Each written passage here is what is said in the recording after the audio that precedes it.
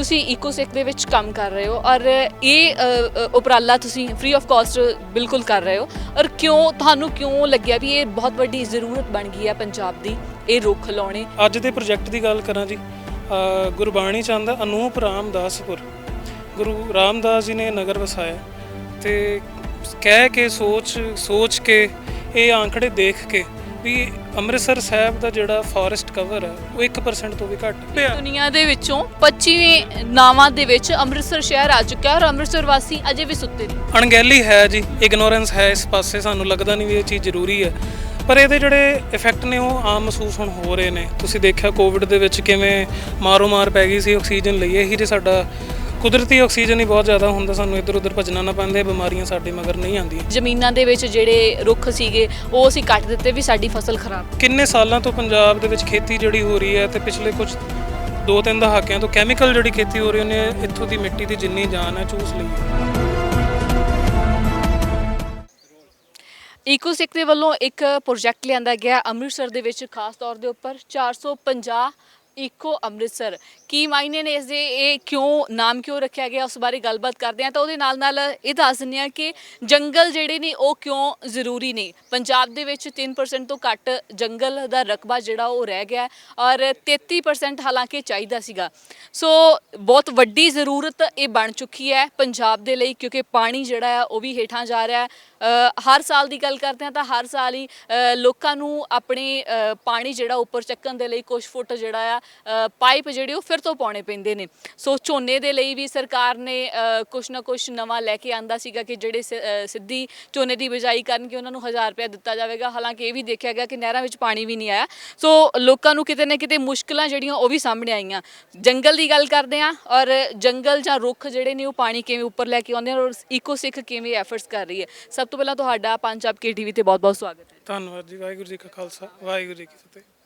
ਤੁਸੀਂ ਈਕੋਸਿਕ ਦੇ ਵਿੱਚ ਕੰਮ ਕਰ ਰਹੇ ਹੋ ਔਰ ਇਹ ਉਪਰਾਲਾ ਤੁਸੀਂ ਫ੍ਰੀ ਆਫ ਕਾਸਟ ਬਿਲਕੁਲ ਕਰ ਰਹੇ ਹੋ ਔਰ ਤੁਹਾਨੂੰ ਕਿਉਂ ਲੱਗਿਆ ਵੀ ਇਹ ਬਹੁਤ ਵੱਡੀ ਜ਼ਰੂਰਤ ਬਣ ਗਈ ਹੈ ਪੰਜਾਬ ਦੀ ਇਹ ਰੁੱਖ ਲਾਉਣੇ? ਕਿ ਵੀ ਜਿਹੜਾ ਪਾਣੀ ਹੇਠਾਂ ਜਾ ਰਿਹਾ ਹੈ ਉਹ ਇਹਦੇ ਨਾਲ ਕੁਛ ਨਾ ਕੁਛ ਸੰਤੁਲਨ ਜਿਹੜਾ ਉਹ ਬਣ ਸਕੇਗਾ? ਕਿ ਇਹਦੇ ਹਾਲਾਤ ਕੀ ਹੋਣਗੇ? ਹਾਲਾਤਾਂ ਦੀ ਜੇ ਅਸੀਂ ਗੱਲ ਕਰਦੇ ਹਾਂ, ਜਿਹੜਾ ਪੰਜਾਬ ਹੈ ਜਾਂ ਪੂਰੀ ਸਮੁੱਚੀ ਧਰਤੀ ਆ ਲੁਕਾਈ ਹੈ ਸਾਡੀ, ਉਹ ਦੁਬਾਰਾ ਤਪਦੀ ਪਈ ਹੈ। ਜਿਵੇਂ ਗੁਰੂ ਸਾਹਿਬ ਆਏ ਸੀ, ਗੁਰੂ ਨਾਨਕ ਦੇਵ ਜੀ, ਇਹ ਤਪਦੀ ਧਰਤੀ ਨੂੰ ਠਾਰਨ ਵਾਸਤੇ। ਇਸੇ ਤਰ੍ਹਾਂ ਹੀ ਅਸੀਂ ਜਿਹੜਾ ਗੁਰੂ ਨਾਨਕ ਦੇਵ ਜੀ ਦਾ 550ਵਾਂ ਗੁਰਪੁਰਬ ਹੈ, ਅਸੀਂ ਸੋਚਿਆ ਸੀ 2019 ਦੇ ਵਿੱਚ ਕਿ ਇਹਨੂੰ 550 ਰੁੱਖ ਲਾ ਕੇ ਮਨਾਈਏ। ਉਹ ਰੁੱਖਾਂ ਦਾ ਇੱਕ ਜੰਗਲ ਦੇ ਰੂਪ ਦੇ ਵਿੱਚ ਉਹ ਰੁੱਖ ਲਗਾਈਏ ਤਾਂ ਕਿ ਜਿਹੜੀ ਉਹਨਾਂ ਦੀ ਸਰਵਾਈਵਲ ਰੇਟ ਹੈ ਉਹ ਵੱਧ ਹੋਵੇ, ਜਿਹੜੇ ਅਸੀਂ ਰੁੱਖ ਲਗਾਈਏ ਉਹ ਬਚ ਸਕਣ। ਸੋ ਇੱਕ ਮੀਆਂਵਾਕੀ ਵਿਧੀ ਡਿਵੈਲਪ ਕੀਤੀ ਗਈ, ਉਹਨਾਂ ਨਾਲ ਇਹ ਜੰਗਲ ਲੱਗਦੇ ਆ ਤੇ ਹੁਣ ਤੱਕ ਸਾਡੀ ਜਥੇਬੰਦੀ ਵੱਲੋਂ ਤੇ ਹੋਰ ਜਥੀਆਂ ਬੰਦਿਆਂ ਵੱਲੋਂ ਵੀ ਇਹ ਕਾਰਜ ਚੱਲਦੇ ਆ ਰਹੇ ਨੇ। ਤੇ ਜੇ ਅੱਜ ਦੇ ਪ੍ਰੋਜੈਕਟ ਦੀ ਗੱਲ ਕਰਾਂ ਜੀ, ਗੁਰਬਾਣੀ ਚੰਦ ਅਨੂਪ ਰਾਮਦਾਸਪੁਰ ਗੁਰੂ ਰਾਮਦਾਸ ਜੀ ਨੇ ਨਗਰ ਵਸਾਇਆ ਤੇ ਕਹਿ ਕੇ ਸੋਚ ਕੇ ਇਹ ਆંકੜੇ ਦੇਖ ਕੇ ਵੀ ਅੰਮ੍ਰਿਤਸਰ ਸਾਹਿਬ ਦਾ ਜਿਹੜਾ ਫੋਰੈਸਟ ਕਵਰ ਹੈ ਉਹ 1% ਤੋਂ ਵੀ ਘੱਟ। ਸ਼ਹਿਰ ਦੀ ਗੱਲ ਕਰਦੇ ਆ ਕਿ ਜਾਂ ਪੂਰੇ ਜ਼ਿਲ੍ਹੇ ਦੀ ਗੱਲ ਕਰ ਰਹੇ? ਪੂਰੇ ਜ਼ਿਲ੍ਹੇ ਦੀ ਗੱਲ ਕਰ ਰਿਹਾ ਜੀ ਮੈਂ। ਅੰਮ੍ਰਿਤਸਰ ਡਿਸਟ੍ਰਿਕਟ ਦੇ ਵਿੱਚ 1% ਤੋਂ ਵੀ ਘੱਟ ਫੋਰੈਸਟ ਕਵਰ ਹੈ, ਜਿਹੜਾ ਕਿ ਇੱਥੋਂ ਦੀ ਜਿਹੜੀ ਟੋਟਲ ਆਬਾਦੀ ਹੈ ਉਹਨੂੰ ਸਪੋਰਟ ਕਰਨ ਵਾਸਤੇ ਵੀ ਆਕਸੀਜਨ ਨਹੀਂ ਪੈਦਾ ਹੋ ਰਿਹਾ। ਉਹਦੀ ਜਿਹੜੀ ਛੱਡੀ ਹੋਈ ਕਾਰਬਨ ਡਾਈਆਕਸਾਈਡ ਉਹਨੂੰ ਸੋਖਣ ਵਾਸਤੇ ਵੀ ਪੇੜ ਸਾਡੇ ਕੋਲ ਨਹੀਂ ਹੈ। 155 ਜਿਹੜਾ ਕਾਰਬਨ ਦਾ ਜਿਹੜਾ ਆਊਟਪੁੱਟ ਹੈ AQI ਹੈ ਉਹ ਬਹੁਤ ਜ਼ਿਆਦਾ ਹੁੰਦਾ ਤੇ ਇਹਦੇ ਨਾਲ ਇਹ ਮਾਨਕਾਂ ਦੇ ਨਾਲ ਇਹ ਸਾਨੂੰ ਹਦਾਇਤਾਂ ਦਿੱਤੀਆਂ ਜਾਂਦੀਆਂ ਕਿ ਤੁਸੀਂ ਅੰਦਰ ਰਹੋ, ਬਾਹਰ ਨਾ ਨਿਕਲੋ, ਬਾਹਰ ਹਵਾ ਸਾਜ ਲੈਣ ਯੋਗ ਨਹੀਂ ਹੈ। ਤੇ ਇਹ ਸਾਨੂੰ ਸਿੱਖ ਹੋਣ ਦੇ ਨਾਤੇ ਜਾਂ ਇੱਥੋਂ ਦੇ ਵਸਨੀਕ ਹੋਣ ਨਾਤੇ, ਪੰਜਾਬੀ ਹੋਣ ਦੇ ਨਾਤੇ ਬੜੀ ਗੱਲ ਚੁੱਭਦੀ ਹੈ ਵੀ ਦੁਨੀਆ ਦੀਆਂ 25 ਸਭ ਤੋਂ ਗੰਦਲੀਆਂ ਪ੍ਰਦੂਸ਼ਣ ਦੇ ਹਿਸਾਬ ਨਾਲ ਜਿਹੜੇ ਸ਼ਹਿਰ ਨੇ ਜਾਂ ਸਿਟੀਜ਼ ਨੇ ਉਹਦੇ ਵਿੱਚ ਅੰਮ੍ਰਿਤਸਰ ਦਾ ਨਾਮ ਆਉਂਦਾ। ਦੁਨੀਆ ਦੀਆਂ 25 ਦੇ ਵਿੱਚੋਂ ਅੰਮ੍ਰਿਤਸਰ ਦਾ ਨਾਮ ਇੱਕ ਹੈ। ਇਹ ਬਹੁਤ ਦੁੱਖ ਵਾਲੀ ਗੱਲ ਹੈ। ਸੋ ਇਹਦਾ ਕਾਰਨ ਅਸੀਂ ਲੱਭਿਆ, ਦੁਨੀਆ ਦੇ ਵਿੱਚੋਂ 25 ਨਾਵਾਂ ਦੇ ਵਿੱਚ ਅੰਮ੍ਰਿਤਸਰ ਸ਼ਹਿਰ ਆ ਚੁੱਕਾ ਔਰ ਅੰਮ੍ਰਿਤਸਰ ਵਾਸੀ ਅਜੇ ਵੀ ਸੁੱਤੇ ਨੇ। ਅਣਗਹਿਲੀ ਹੈ ਜੀ, ਇਗਨੋਰੈਂਸ ਹੈ ਇਸ ਪਾਸੇ, ਸਾਨੂੰ ਲੱਗਦਾ ਨਹੀਂ ਵੀ ਇਹ ਚੀਜ਼ ਜ਼ਰੂਰੀ ਹੈ, ਪਰ ਇਹਦੇ ਜਿਹੜੇ ਇਫੈਕਟ ਨੇ ਉਹ ਆਮ ਮਹਿਸੂਸ ਹੁਣ ਹੋ ਰਹੇ ਨੇ। ਤੁਸੀਂ ਦੇਖਿਆ ਕੋਵਿਡ ਦੇ ਵਿੱਚ ਕਿਵੇਂ ਮਾਰ ਪੈ ਗਈ ਸੀ ਆਕਸੀਜਨ ਲਈ। ਇਹੀ ਜੇ ਸਾਡਾ ਕੁਦਰਤੀ ਆਕਸੀਜਨ ਹੀ ਬਹੁਤ ਜ਼ਿਆਦਾ ਹੁੰਦਾ, ਸਾਨੂੰ ਇੱਧਰ ਉੱਧਰ ਭੱਜਣਾ ਨਾ ਪੈਂਦਾ, ਬਿਮਾਰੀਆਂ ਸਾਡੇ ਮਗਰ ਨਹੀਂ ਆਉਂਦੀਆਂ। ਪਾਣੀ ਦਾ ਤਲ ਜਿਹੜਾ ਦਿਨੋਂ ਦਿਨ ਘਟਦਾ ਜਾ ਰਿਹਾ, ਇਹਦਾ ਕਾਰਨ ਲੱਭਦੇ ਅਸੀਂ ਇੱਥੇ ਤੱਕ ਪਹੁੰਚੇ ਵੀ ਇਹਦਾ ਕਾਰਨ ਸਾਰਾ ਸ਼ੁਰੂਆਤ ਉੱਥੋਂ ਹੋਈ ਹੈ, ਤਪਸ਼ ਦੀ ਉੱਥੋਂ ਹੋਈ ਹੈ, ਜਦੋਂ ਅਸੀਂ ਪੇੜ ਕੱਟ ਕੇ ਸ਼ਹਿਰ ਬਣਾਉਣੇ ਸ਼ੁਰੂ ਕੀਤੇ। ਸ਼ਹਿਰ ਬਣਾਉਣੇ ਸ਼ੁਰੂ ਕੀਤੇ, ਜ਼ਮੀਨਾਂ ਦੇ ਵਿੱਚ ਜਿਹੜੇ ਰੁੱਖ ਸੀਗੇ ਉਹ ਅਸੀਂ ਕੱਟ ਦਿੱਤੇ ਵੀ ਸਾਡੀ ਫਸਲ ਖਰਾਬ। ਬਿਲਕੁਲ ਜੀ, ਸ਼ਹਿਰਾਂ ਕਰਕੇ ਜਾਂ ਕਿੰਨੇ ਸਾਲਾਂ ਤੋਂ ਪੰਜਾਬ ਦੇ ਵਿੱਚ ਖੇਤੀ ਜਿਹੜੀ ਹੋ ਰਹੀ ਹੈ ਤੇ ਪਿਛਲੇ ਕੁਝ 2-3 ਦਹਾਕਿਆਂ ਤੋਂ ਕੈਮੀਕਲ ਜਿਹੜੀ ਖੇਤੀ ਹੋ ਰਹੀ ਉਹਨੇ ਇੱਥੋਂ ਦੀ ਮਿੱਟੀ ਦੀ ਜਿੰਨੀ ਜਾਨ ਹੈ ਚੂਸ ਲਈ ਹੈ। ਸੋ ਜਿਹੜਾ ਇਹ ਜੰਗਲ ਹੈ, ਜਿਹੜਾ ਕੁਦਰਤੀ ਰੂਪ ਦੇ ਵਿੱਚ ਜਿਹੜੇ ਰਵਾਇਤੀ ਰੁੱਖ ਅਸੀਂ ਲਗਾਉਂਦੇ ਆ, ਇਹ ਜਿਹੜੀਆਂ ਚੀਜ਼ਾਂ ਇਹਦੇ ਵਿੱਚੋਂ ਧਰਤੀ ਵਿੱਚੋਂ ਖਤਮ ਹੋ ਚੁੱਕੀਆਂ, ਆਕਸੀਜਨ ਖਤਮ ਹੋ ਗਿਆ, ਨਾਈਟ੍ਰੋਜਨ ਖਤਮ ਹੋ ਗਿਆ, ਇਹ ਸਾਰੀਆਂ ਚੀਜ਼ਾਂ ਲਿਆਉਣ ਵਾਸਤੇ ਇੱਥੋਂ ਦੇ ਪੇੜ ਪੰਛੀ, ਇੱਥੋਂ ਦੀਆਂ ਰਵਾਇਤੀ ਪ੍ਰਜਾਤੀਆਂ ਲਸੂੜੇ ਨੇ, ਟਾਹਲੀਆਂ ਨੇ, ਖੈਰ ਹੈ, ਹੋਰ ਇਹੋ ਜਿਹੀਆਂ, ਇਹ ਸਾਰੀਆਂ ਚੀਜ਼ਾਂ ਦਾ ਇੱਕ ਹੋਲ ਆਨਸਰ ਜਿਹੜਾ ਉਹ ਅਸੀਂ ਇਸ ਜੰਗਲ ਦੇ ਰੂਪ 'ਚ ਦੇਖਦੇ ਹਾਂ। ਤੇ ਇਸ ਇਵੈਂਟ ਤੋਂ, ਅੱਜ ਦੀ ਅਪੀਲ ਤੋਂ ਜਿਹੜਾ ਅਸੀਂ ਅਰਦਾਸ ਕੀਤੀ ਹੈ ਵੀ ਅੱਜ ਆਪਣਾ 445ਵਾਂ ਸਥਾਪਨਾ ਦਿਵਸ ਹੈ ਅੰਮ੍ਰਿਤਸਰ ਸਾਹਿਬ ਦਾ 27 ਜੂਨ ਨੂੰ। ਅਸੀਂ ਚਾਹੁੰਦੇ ਹਾਂ ਵੀ ਜਦੋਂ 450ਵਾਂ ਸਥਾਪਨਾ ਦਿਵਸ ਹੋਏਗਾ 5 ਸਾਲ ਬਾਅਦ, ਉਹ 5 ਸਾਲਾਂ ਦੇ ਵਿੱਚ ਅੰਮ੍ਰਿਤਸਰ ਡਿਸਟ੍ਰਿਕਟ ਦੇ ਵਿੱਚ ਘੱਟੋ ਘੱਟ 450 ਇਹੋ ਜਿਹੇ ਛੋਟੇ ਪਵਿੱਤਰ ਜੰਗਲ ਲੱਗ ਜਾਣ, ਜਿਨ੍ਹਾਂ ਵਿੱਚ ਘੱਟੋ ਘੱਟ 550 ਰੁੱਖ ਹੋਣ। 550 ਰੁੱਖ ਦਾ ਜੰਗਲ ਬਣਾਉਣ ਵਾਸਤੇ ਸਿਰਫ ਤੇ ਸਿਰਫ 250 ਗਜ ਦੀ ਜ਼ਮੀਨ ਚਾਹੀਦੀ ਹੈ ਤੇ ਇੱਕ ਕਾਲ ਕਰਨੀ ਹੈ ਤੁਸੀਂ ਸਾਨੂੰ ਤੇ ਅਸੀਂ ਆ ਕੇ ਲਗਾ ਦੇ। ਸਿਰਫ ਇੰਨੀ ਕੁ ਹੈਲਪ ਸਾਨੂੰ ਚਾਹੀਦੀ। ਸੰਭਾਲ ਜਿਹੜੀ ਉਹ ਫਿਰ ਕਿਸ ਤਰ੍ਹਾਂ ਮਗਰੋਂ ਕਰਨੀ ਹੈ ਇਹਨਾਂ ਦੀ? ਇਹਦੀ ਸਾਂਭ ਸੰਭਾਲ ਦੇ ਵਿੱਚ ਕੋਈ ਬਹੁਤਾ ਜਿਹੜੀ ਇਹ ਤਕਨੀਕ ਹੈ ਜਿਸ ਨਾਲ ਇਹ ਲੱਗਦੇ ਨੇ, ਬਹੁਤਾ ਕੋਈ ਔਖਾ ਕੰਮ ਨਹੀਂ ਹੈ। ਸਿਰਫ ਪਾਣੀ ਪਾਣਾ, ਉਹ ਵੀ ਪਹਿਲੇ ਸਾਲ, ਸਵਾ ਸਾਲ, 1.5 ਸਾਲ ਤੱਕ ਪਾਣੀ ਪਾਉਣ ਦੀ ਲੋੜ ਹੈ। ਉਸ ਤੋਂ ਬਾਅਦ ਤੁਸੀਂ ਭਾਵੇਂ ਇੱਕ ਤੁਪਕਾ ਵੀ ਪਾਣੀ ਨਾ ਪਾਓ, ਇਹ ਸੈਲਫ ਸਸਟੇਨਿੰਗ ਨੇ, ਆਪਣੇ ਆਪ ਚੱਲਣ ਵਾਲੇ ਬਣ ਜਾਂਦੇ ਨੇ। ਸੋ ਇਹਦੀ ਸਾਂਭ ਸੰਭਾਲ ਬਹੁਤ ਘੱਟ ਹੈ। ਤੇ ਖਾਸ ਗੱਲ ਇਹ ਹੈ, ਜੇ ਤੁਸੀਂ 500 ਰੁੱਖ ਲਾਉਂਦੇ ਹੋ, 550 ਰੁੱਖ ਲਾਉਂਦੇ ਹੋ ਤੇ 550 ਦੇ 550 ਬੜੇ ਹੀ ਤੇਜ਼ੀ ਨਾਲ ਵਧਦੇ ਨੇ, ਕੋਈ ਮਰਦਾ ਨਹੀਂਗਾ। ਮੇਰਾ ਸਵਾਲ ਇਹ ਵੀ ਟੋਟਲ ਕਿੰਨੇ ਰੁੱਖ ਜਿਹੜੇ ਆ ਇਹ 450 ਜੰਗਲ 'ਚ ਲੱਗ ਜਾਣਗੇ? ਇੱਕ ਜੰਗਲ ਦੇ ਵਿੱਚ 550 ਰੁੱਖ ਅਸੀਂ ਗਿਣਦੇ ਹਾਂ ਜੀ। ਸੋ 450 ਦੇ ਹਿਸਾਬ ਨਾਲ ਲਗਭਗ 2.5 ਲੱਖ ਰੁੱਖ ਜਿਹੜੇ ਨੇ ਉਹ ਲੱਗ ਜਾਣਗੇ ਜੀ। ਤੇ ਉਹ 2.5 ਲੱਖ ਰੁੱਖ ਜਿਹੜੇ ਹੋਣਗੇ ਉਹ ਇੱਥੋਂ ਦੀਆਂ ਰਵਾਇਤੀ ਪ੍ਰਜਾਤੀਆਂ ਹੋਣਗੀਆਂ ਤੇ ਉਹ ਮਰਨਗੇ ਨਹੀਂ। ਉਹ 30 ਗੁਣਾ ਵੱਧ ਸੰਘਣੇ ਹੋਣਗੇ ਤੇ 30 ਗੁਣਾ ਵੱਧ ਆਕਸੀਜਨ ਦੇਣਗੇ, 30 ਗੁਣਾ ਵੱਧ ਕਾਰਬਨ ਸੋਖਣਗੇ। ਤੇ ਇਹਨਾਂ ਦੀਆਂ ਜੜ੍ਹਾਂ, ਇਹ ਮੰਨਿਆ ਜਾਂਦਾ ਵੀ ਜੇ ਘਣੇ ਲੱਗੇ ਹੋਣ ਰੁੱਖ, ਉਹ ਜੜ੍ਹਾਂ ਜਿਹੜਾ ਪਾਣੀ ਜਿਹੜਾ ਥੱਲੋਂ ਖਿੱਚਦੀਆਂ ਨੇ। ਦੂਸਰਾ ਜਿਹੜਾ ਪੱਤਿਆਂ 'ਚੋਂ ਵਾਸ਼ਪ ਨਿਕਲਦੀ, ਟਰਾਂਸਪੀਰੇਸ਼ਨ ਕਹਿੰਦੇ ਉਹਨੂੰ ਸਾਇੰਸ ਦੇ ਵਿੱਚ, ਉਹਦੇ ਨਾਲ ਇਹ ਮੰਨਿਆ ਜਾਂਦਾ ਵੀ ਜਿਹੜੇ ਬੱਦਲ ਨੇ ਪਾਣੀ ਵਾਲੇ ਉਹ ਅਟਰੈਕਟ ਹੁੰਦੇ ਨੇ। ਤੀਸਰੀ ਜਿਹੜੀ ਗੱਲ ਹੈ ਵੀ ਜੇ ਖਾਲੀ ਮੈਦਾਨ ਹੈ, ਮੀਂਹ ਪੈਂਦਾ, ਉਹ ਪਾਣੀ ਉੱਪਰਲੀ ਜਿਹੜੀ ਸਭ ਤੋਂ ਜੀਵੰਤ ਮਿੱਟੀ ਹੁੰਦੀ, ਟੌਪ ਸੋਇਲ ਜਿਹਨੂੰ ਕਹਿੰਦੇ, ਸਭ ਤੋਂ ਫਰਟਾਈਲ ਸੋਇਲ ਹੁੰਦੀ, ਉਹ ਵਹਾ ਕੇ ਲੈ ਜਾਂਦਾ, ਸੋਇਲ ਇਰੋਜਨ ਜਿਹਨੂੰ ਕਹਿੰਦੇ। ਜਿੱਥੇ ਇਹ ਜੰਗਲ ਹੋਣਗੇ ਉਹ ਪਾਣੀ ਵੀ ਅੱਗੇ ਵਹਾ ਕੇ ਨਹੀਂ ਲੈ ਕੇ ਜਾਏਗਾ ਜਿਹੜਾ ਮੀਂਹ ਹੈ। ਬੱਚਿਆਂ ਨੂੰ ਪੜਾਇਆ ਜਾਂਦਾ ਸੀ ਇਹ ਸਾਰੀ ਚੀਜ਼ਾਂ, ਪਰ ਹੁਣ ਇਹ ਬਿਲਕੁਲ ਬਦਲ ਗਿਆ, ਲੋਕ ਸਮਝਦੇ ਨਹੀਂ ਪਏ ਇਸ ਚੀਜ਼ ਨੂੰ। ਬਿਲਕੁਲ ਜੀ, ਬਿਲਕੁਲ। ਅਸਲ 'ਚ ਸਮਝ ਤੇ ਨਾ ਸਮਝ ਵਾਲੀ ਗੱਲ ਨਹੀਂ ਹੈ।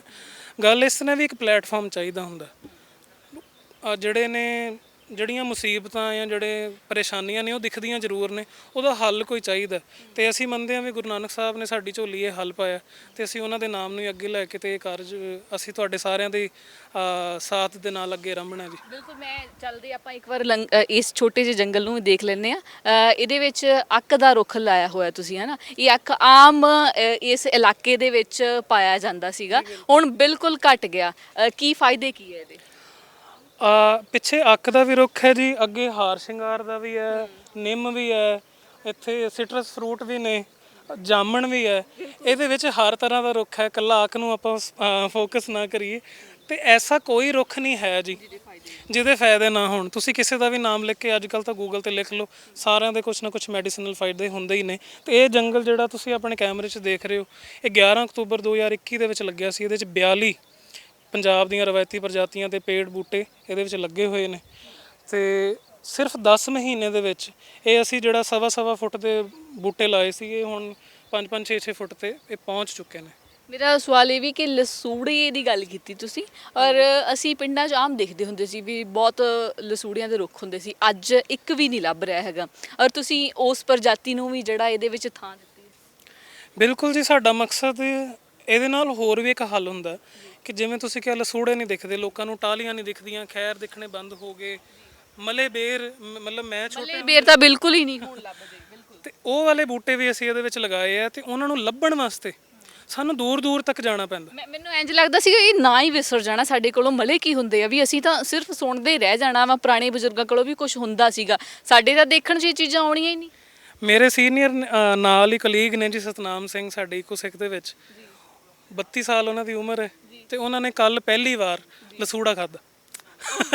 ਸੋ ਜਿਵੇਂ ਹੁਣ ਉਹਨਾਂ ਦੀ ਅੱਗੇ ਬੇਟੀ ਆ ਛੋਟੀ ਜੀ, ਹਜੇ 8-10 ਮਹੀਨੇ ਦੀ ਹੈ, ਜਿੰਨਾ ਕੁ ਇਹ ਫੋਰੈਸਟ ਹੈ। ਉਹ ਲਸੂੜੇ ਦਾ ਬੂਟਾ ਇਹੀ ਹੈ ਕਿ ਕੁਝ ਹੋਰ ਹੈ? ਉਹ ਤੋਤਾ ਜੀ, ਮੈਂ ਲਸੂੜੇ ਦਾ ਬੂਟਾ ਵੀ ਤੁਹਾਨੂੰ ਦਿਖਾ ਦਿੰਦਾ। ਇੱਥੇ ਕਿਤੇ ਹੋਣਾ ਹੈ, ਮੈਂ ਦੇਖਿਆ ਤਾਂ ਜ਼ਰੂਰ ਹੈ ਬਣਿਆ ਜੀ, ਇਹ ਰਿਹਾ ਲਸੂੜੇ ਦਾ ਬੂਟਾ। ਸੋ ਔਰ ਇਹਦੀ ਗੂੰਦ ਬਣਾ ਕੇ ਕੱਢ ਕੇ ਅਸੀਂ ਕਾਪੀਆਂ ਜੋੜਦੇ ਹੁੰਦੇ ਸੀ। ਕਾਪੀਆਂ ਜੋੜਦੀਆਂ ਜਾਂ ਨਹੀਂ ਜੋੜਦੀਆਂ ਉਹ ਤਾਂ ਮੈਨੂੰ ਯਾਦ ਨਹੀਂ, ਪਰ ਕੋਸ਼ਿਸ਼ ਜ਼ਰੂਰ ਕਰਦੇ ਸੀ।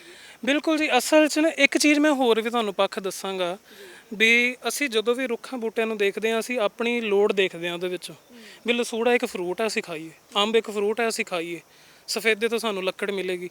ਇਸੇ ਵਹਾਅ ਦੇ ਵਿੱਚ ਹੀ ਜਿਹੜੇ ਤਾਂ ਸਾਨੂੰ ਚੰਗੇ ਲੱਗਦੇ ਸੀ, ਜਿਨ੍ਹਾਂ ਤੋਂ ਅਸੀਂ ਕੁਝ ਲੈ ਰਹੇ ਸੀ, ਉਹ ਤਾਂ ਬਹੁਤ ਲਾਤੇ।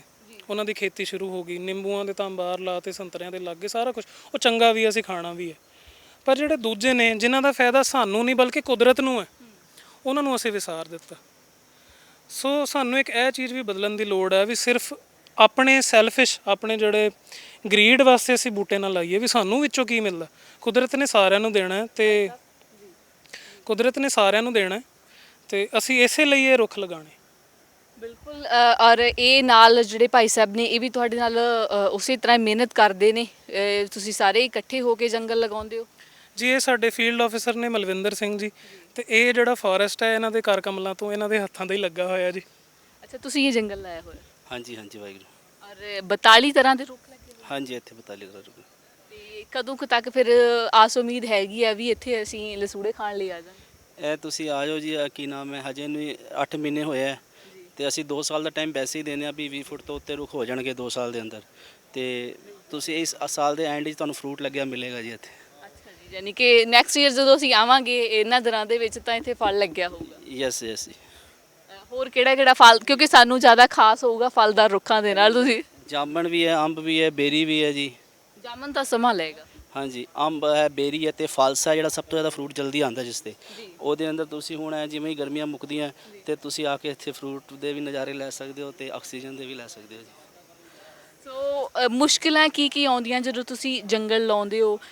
ਜਿਹੜੀ ਇੱਥੋਂ ਦੀ ਸੋਇਲ ਹੈਗੀ ਆ, ਇੱਥੋਂ ਦੀ ਮਿੱਟੀ ਹੈਗੀ ਆ, ਉਸ ਨੂੰ ਸਾਰੇ ਬਦਲਣਾ ਪੈਂਦਾ ਹੈਗਾ ਕਿ ਜਾਂ ਉਹਦੇ ਵਿੱਚ ਵੀ ਕੁਝ ਕਾਰਗਰ ਤੱਤ ਹੈਗੇ ਆ ਜੀ? ਜਿਹੜੀ ਇੱਥੇ ਦੀ ਮਿੱਟੀ ਹੈ, ਅਸੀਂ ਇਹਦੇ ਦੀ ਮਿੱਟੀ ਨੂੰ ਸੋਇਲ ਟੈਸਟਿੰਗ ਕਰਦੇ ਹਾਂ ਜੀ, ਵੀ ਜਿੰਨੇ ਕਣ ਸਾਨੂੰ ਚਾਹੀਦੇ ਨੇ ਮਿੱਟੀ ਨੂੰ ਉਪਜਾਊ ਕਰਨ ਵਾਸਤੇ, ਉਹਨਾਂ ਕੋ ਅਸੀਂ ਮਟੀਰੀਅਲ, ਨੇਟਿਵ ਮਟੀਰੀਅਲ ਜੋ ਹੈਗਾ ਸਾਡਾ ਜ਼ਮੀਨੀ ਮਟੀਰੀਅਲ ਜੋ ਸਾਡੇ ਪਿੰਡਾਂ ਵਿੱਚ ਨੋਰਮਲ ਮਿਲ ਜਾਂਦਾ, ਅਸੀਂ ਉਹ ਪਾ ਕੇ ਜਿਵੇਂ ਰੂੜੀ, ਤੂੜੀ, ਪਰਾਲੀ ਹੋ ਗਈ, ਰਾਈਸ ਹਸਕ ਹੋ ਗਏ, ਇਹਨਾਂ ਨੂੰ ਮਿਕਸ ਕਰਕੇ ਫਿਰ ਅਸੀਂ ਇੱਥੇ ਪੂਰਾ ਲੈਵਲ ਕਰਕੇ, ਪੂਰਾ ਤਿਆਰ ਕਰਕੇ ਉਹਦੇ ਅੰਦਰ ਬੂਟੇ ਲਾਉਂਦੇ ਹਾਂ ਜੀ। ਤੇ ਸਮਾਨ ਸਾਨੂੰ ਬਹੁਤ ਸੌਖਾ ਮਿਲ ਜਾਂਦਾ ਜੀ ਤੇ ਸਾਡਾ ਇੱਕ ਸਿਸਟਮ ਬਣਿਆ ਹੋਇਆ ਮਿਆਵਾਕੀ ਤਰੀਕੇ ਨਾਲ, ਅਸੀਂ ਉਸ ਹਿਸਾਬ ਨਾਲ ਪੂਰਾ ਜੰਗਲ ਲਾਉਂਦੇ ਹਾਂ ਜੀ। ਬਹੁਤ ਧੰਨਵਾਦ ਤੁਹਾਡਾ। ਤੁਸੀਂ ਇਹ ਜਿਹੜਾ ਹੈ ਅੰਮ੍ਰਿਤਸਰ ਦੇ ਵਿੱਚ ਨਵਾਂ ਜਿਹੜਾ ਪ੍ਰੋਜੈਕਟ ਲੈ ਕੇ ਆਏ ਹੋ, ਔਰ ਗੁਰੂ ਰਾਮਦਾਸ ਜੀ ਦੇ ਪ੍ਰਕਾਸ਼ ਪੁਰਬ ਤੇ ਜਾਂ ਅੰਮ੍ਰਿਤਸਰ ਸਥਾਪਨਾ ਦਿਵਸ ਨੂੰ ਅਸੀਂ ਈਕੋ ਅੰਮ੍ਰਿਤਸਰ ਦਾ ਨਾਮ ਅੰਮ੍ਰਿਤਸਰ ਸਥਾਪਨਾ ਦਿਵਸ ਦੇ ਨਾਮ ਦੇ ਨਾਲ ਲੈ ਕੇ ਚੱਲੇ ਹਾਂ ਜੀ। ਦੇਖੋ, ਸਭ ਤੋਂ ਪਹਿਲਾਂ ਤਾਂ ਮੈਂ ਜਿੰਨੀ ਵੀ ਇਸ ਚੀਜ਼ ਦੀ ਪ੍ਰਸ਼ੰਸਾ ਕਰਾਂ ਉਨੀ ਘੱਟ ਹੈ ਕਿ ਅੱਜ ਈਕੋ ਸਿੱਖ ਜਿਹੜੀ ਵਰਲਡ ਵਾਈਡ ਇੱਕ NGO ਹੈ, ਉਹਦੇ ਵੱਲੋਂ ਅੱਜ ਗੁਰੂ ਰਾਮਦਾਸ ਜੀ ਦੇ ਸ਼ਹਿਰ ਦੇ ਵਿੱਚ ਗੁਰੂ ਰਾਮਦਾਸ ਜੀ ਦੇ 450ਵੇਂ ਸਾਲਾ ਜਿਹੜਾ ਉਹਨਾਂ ਦਾ ਪ੍ਰਕਾਸ਼ ਉਤਸਵ ਆ ਰਿਹਾ, ਉਹਨੂੰ ਸਮਰਪਿਤ 450 ਜਿਹੜੇ ਪਵਿੱਤਰ ਮਾਈਕਰੋ ਜੰਗਲ ਨੇ, ਉਹ ਇਹ ਸੰਸਥਾ ਜਿਹੜੀ ਹੈ ਉਹ ਇਸ ਸ਼ਹਿਰ ਦੇ ਵਿੱਚ ਡਿਵੈਲਪ ਕਰਨ ਜਾ ਰਹੀ ਹੈ। ਔਰ ਮੈਂ ਸਮਝਦਾ ਕਿ ਅੱਜ ਦੇ ਹਾਲਾਤਾਂ ਦੇ ਵਿੱਚ ਇਸ ਤੋਂ ਵੱਡੀ ਕੋਈ ਇਸ ਸ਼ਹਿਰ ਨੂੰ ਦੇਣ ਨਹੀਂ ਹੋ ਸਕਦੀ ਕਿ ਅੱਜ ਆਪਣੇ ਵਾਤਾਵਰਣ ਦੀ ਸੰਭਾਲ ਕਰਨਾ, ਔਰ ਗੁਰੂ ਰਾਮਦਾਸ ਜੀ ਨੂੰ ਇਸ ਤੋਂ ਹੋਰ ਕੋਈ ਸੱਚੀ ਸ਼ਰਧਾਂਜਲੀ ਨਹੀਂ ਹੋ ਸਕਦੀ। ਔਰ ਇਹ ਸੰਸਥਾ ਬਹੁਤ ਜਜ਼ਬੇ ਦੇ ਨਾਲ ਕੰਮ ਕਰ ਰਹੀ ਹੈ ਔਰ ਇੱਕ ਲੇਟੈਸਟ ਟੈਕਨੀਕ ਦੇ ਨਾਲ ਕੰਮ ਕਰ ਰਹੀ ਹੈ। ਸੋ ਅੱਜ ਜਿਹੜੀ ਇਹ ਜਿੱਥੇ ਇਹ ਸੰਸਥਾ ਅੱਜ ਗੁਰੂ ਨਗਰੀ ਦੀ ਭਲਾਈ ਦੇ ਲਈ ਇੱਥੇ ਅੱਗੇ ਆਈ ਆ, ਉੱਥੇ ਹੀ ਇਹ ਸਾਰੇ ਦੇਸ਼ ਵਿਦੇਸ਼ ਦੇ ਵਿੱਚ ਗੁਰੂ ਨਾਨਕ ਦੇਵ ਜੀ ਦਾ ਜਿਹੜਾ ਪੰਥ ਆ, ਜਿਹੜੀ ਉਹਨਾਂ ਦੇ ਵਾਰਿਸ ਕੌਮ ਆ, ਉਹਦਾ ਨਾਮ ਰੌਸ਼ਨ ਕਰ ਰਹੀ, ਉੱਚਾ ਕਰ ਰਹੀ ਹੈ। ਔਰ ਬਿਨਾਂ ਕਿਸੇ ਭੇਦਭਾਵ ਤੋਂ ਬਾਕੀ ਸਾਰੇ ਸੂਬਿਆਂ ਦੇ ਵਿੱਚ ਵੀ ਹੋਰ ਜਗ੍ਹਾ 'ਤੇ ਕੰਮ ਕਰ ਰਹੀ ਹੈ। ਸੋ ਅੱਜ ਗੁਰੂ ਰਾਮਦਾਸ ਜੀ ਦੀ ਪ੍ਰੇਰਨਾ ਦੇ ਨਾਲ ਇਹਨਾਂ ਨੇ ਬਹੁਤ ਵੱਡਾ ਇੱਕ ਇੱਥੇ ਉਪਰਾਲਾ ਸ਼ੁਰੂ ਕੀਤਾ ਔਰ ਇੱਕ ਬਾਕੀ ਹੋਰ ਵੀ ਬਹੁਤ ਸਾਰੇ ਲੋਕੀ ਸਾਡੇ ਸ਼ਹਿਰ ਵਾਸੀ, ਕੋਈ ਹੋਰ ਸੱਜਣ ਜਿਹੜੇ ਸਮਾਜਿਕ ਕੰਮਾਂ ਦੇ ਵਿੱਚ, ਚੰਗੇ ਕੰਮਾਂ ਦੇ ਵਿੱਚ ਹਿੱਸਾ ਲੈਣਾ ਚਾਹੁੰਦੇ, ਅੱਜ ਉਹਨਾਂ ਨੂੰ ਵੀ ਇੱਕ ਇਹਨਾਂ ਨੇ ਬਹੁਤ ਵੱਡਾ ਪਲੇਟਫਾਰਮ ਦਿੱਤਾ ਔਰ ਇਹਨਾਂ ਦੇ ਨਾਲ ਬਹੁਤ ਸਾਰੇ ਲੋਕਾਂ ਨੇ ਸਹਿਯੋਗ ਦਿੱਤਾ। ਔਰ ਇਹ ਇਹਨਾਂ ਨੇ 5 ਸਾਲ ਦਾ, ਕਿਉਂਕਿ ਅੱਜ ਤੋਂ 5 ਸਾਲ ਬਾਅਦ ਮਨਾਇਆ ਜਾਣਾ ਜਿਹੜਾ ਗੁਰੂ ਰਾਮਦਾਸ ਜੀ ਦਾ ਪ੍ਰਕਾਸ਼ ਉਤਸਵ ਹੈ, 5 ਸਾਲ ਪਹਿਲਾਂ ਇਹਨਾਂ ਨੇ ਸ਼ੁਰੂ ਕੀਤਾ ਔਰ 5 ਸਾਲ ਦੇ ਵਿੱਚ ਇਹ ਸਾਰੇ ਜੰਗਲ ਜਿਹੜੇ ਨੇ ਇਹ ਡਿਵੈਲਪ ਹੋ ਜਾਣੇ ਆ। ਔਰ ਇਹਨਾਂ ਦੇ ਨਾਲ ਐਡੀ ਵਧੀਆ ਟੀਮ ਬਣ ਗਈ ਔਰ ਸਾਰੇ ਯੰਗਸਟਰ ਬੜੀ ਹੀ ਭਾਵਨਾ ਦੇ ਨਾਲ ਇਹ ਕੰਮ ਕਰ ਰਹੇ ਨੇ ਔਰ ਸੇਵਾ ਦੇ ਨਾਲ ਕਰ ਰਹੇ ਨੇ ਔਰ ਇਹਨਾਂ ਦਾ ਜਜ਼ਬਾ ਵੇਖ ਕੇ ਮੈਨੂੰ ਇਸ ਗੱਲ 'ਚ ਕੋਈ ਵੀ ਸ਼ੱਕ ਨਹੀਂਗਾ ਕਿ ਇਹ 5 ਸਾਲ ਦੇ ਵਿੱਚ ਇਸ ਕੰਮ ਦੇ ਵਿੱਚ ਕਿਸੇ ਵੀ ਕਿਸਮ ਦੀ ਕੋਈ ਕਸਰ ਨਹੀਂ ਰਹਿਣੀ। ਸੋ ਮੈਂ ਇੱਕ ਵਾਰੀ ਫਿਰ ਸੰਸਥਾ ਦਾ ਤੇ ਉਹਦੇ ਨਾਲ ਜੁੜੇ ਸਾਰੇ ਵੀ ਜਿੰਨੇ ਵੀ ਸੱਜਣ ਨੇ ਉਹਨਾਂ ਸਾਰਿਆਂ ਦਾ ਧੰਨਵਾਦ ਹੈ। ਨਗਰ ਨਿਗਮ ਵੱਲੋਂ ਜੋ ਵੀ ਸਾਡੀ ਡੋਮੇਨ 'ਚ ਚੀਜ਼ਾਂ ਆਉਂਦੀਆਂ ਨੇ ਉਹ ਇਹਨਾਂ ਨੂੰ ਪੁੱਛਣ ਦੀ ਲੋੜ ਨਹੀਂ, 100% ਇਹਨਾਂ ਦੀ ਹਰ ਜਗ੍ਹਾ ਦੇ ਉੱਤੇ ਜਿਹੜੀ ਹੈ ਉਹ ਸਹਾਇਤਾ ਕੀਤੀ। ਦੇਖੋ ਉਹ ਮੈਂ ਤੁਹਾਨੂੰ ਦੱਸਦਾ ਕਿ ਅਸੀਂ ਇਸ ਤੋਂ ਪਹਿਲਾਂ ਵੀ 2 ਮਾਈਕਰੋ ਫੋਰੈਸਟ ਜਿਹੜੇ ਨੇ ਉਹ 40 ਖੂਹ ਦੇ ਉੱਤੇ ਡਿਵੈਲਪ ਕੀਤੇ ਨੇ, ਉਹ ਵੀ ਸਾਨੂੰ ਇੱਕ NGO ਨੇ ਸਹਿਯੋਗ ਦਿੱਤਾ ਸੀ। ਇਸ ਤੋਂ ਇਲਾਵਾ ਜਿਹੜੀ ਤੁਸੀਂ ਕੂੜੇ ਦੀ ਡੰਪ ਦੀ ਗੱਲ ਕੀਤੀ ਹੈ, ਕੋਈ ਪਿਛਲੀ 50-70 ਸਾਲ ਜਦੋਂ ਦਾ ਵੀ ਸ਼ਹਿਰ ਹੈਗਾ ਉਦੋਂ ਦੀ ਕਹਿ ਲਓ, ਪਰ ਆਪਾਂ ਹੁਣ 40 ਸਾਲ ਦੀ ਪ੍ਰੋਬਲਮ ਕਹਿ ਲਈਏ। ਪਰ ਜਦੋਂ ਦੇ ਗੁਰੂ ਰਾਮਦਾਸ ਨੇ ਸਾਨੂੰ ਸੇਵਾ ਦਿੱਤੀ ਹੈ, ਅਸੀਂ ਸੰਜੀਦਗੀ ਨਾਲ ਉਹਦੇ ਉੱਤੇ ਕੰਮ ਕਰ ਰਹੇ ਹਾਂ। ਬਾਇਓ ਰੈਮੀਡੀਏਸ਼ਨ ਉੱਥੇ ਕੀਤੀ ਹੈ ਔਰ 4 ਤੋਂ 5 ਏਕੜ ਜ਼ਮੀਨ ਵੀ ਅਸੀਂ ਰੀਕਲੇਮ ਕੀਤੀ ਹੈ। ਪਰ ਉਹ ਜਿਹੜੀ ਸਪੀਡ ਦੇ ਨਾਲ ਕੰਮ ਹੋਣਾ ਚਾਹੀਦਾ ਉਹ ਨਹੀਂ ਹੋ ਰਿਹਾ। ਜਿਹੜੀ ਵੀ ਕੰਪਨੀ ਦੀ ਇਹ ਡੋਮੇਨ 'ਚ ਕੰਮ ਹੈ ਉਸ ਨੂੰ ਅਸੀਂ ਬਹੁਤ ਸਾਰੇ ਨੋਟਿਸ ਦਿੱਤੇ ਔਰ ਸਾਡੀ ਆਉਣ ਵਾਲੇ ਸਮੇਂ ਦੇ ਵਿੱਚ ਕੋਸ਼ਿਸ਼ ਹੈ ਕਿ ਜੇ ਇਹ ਉਹਨਾਂ ਦੇ ਕੋਲੋਂ ਜਿੰਨਾ ਵੀ ਅਸੀਂ ਜਲਦੀ ਕਰਵਾ ਸਕਦੇ ਹਾਂ, ਜੇ ਨਾ ਵੀ ਉਹ ਸਾਨੂੰ ਲੱਗਾ ਕਿ ਨਹੀਂ ਕਰ ਸਕਦੇ ਤੇ ਫਿਰ ਅਸੀਂ ਉਹਦੇ ਬਾਰੇ ਕੰਪਨੀ ਬਦਲਣ ਦਾ ਵੀ ਸੋਚਾਂਗੇ। ਔਰ ਇਸ ਕਿਉਂਕਿ ਸ਼ਹਿਰ ਦੇ ਨਾਲ ਸਾਡੀ ਵਚਨਬੱਧਤਾ ਵਾ ਕਿ ਅਸੀਂ ਇਹ ਤਾਂ ਨਹੀਂ ਕਿ ਉੱਥੋਂ ਬਿਲਕੁਲ ਉੱਥੋਂ ਉਹਨੂੰ ਚੁੱਕ ਕੇ ਲੈ ਜਾਵਾਂਗੇ, ਪਰ ਇਹ ਆ ਕਿ ਜਿਹੜਾ ਜ਼ੀਰੋ ਵੇਸਟ ਕਰਨੀ ਸਾਡੀ ਜ਼ਿੰਮੇਵਾਰੀ ਔਰ ਆਉਂਦੇ ਸਾਲਾਂ ਦੇ ਵਿੱਚ ਇਸ ਸ਼ਹਿਰ ਦੇ ਵਿੱਚ ਜਿਹੜੀ ਉਹ ਜ਼ੀਰੋ ਵੇਸਟ ਅਸੀਂ ਕਰਾਂਗੇ।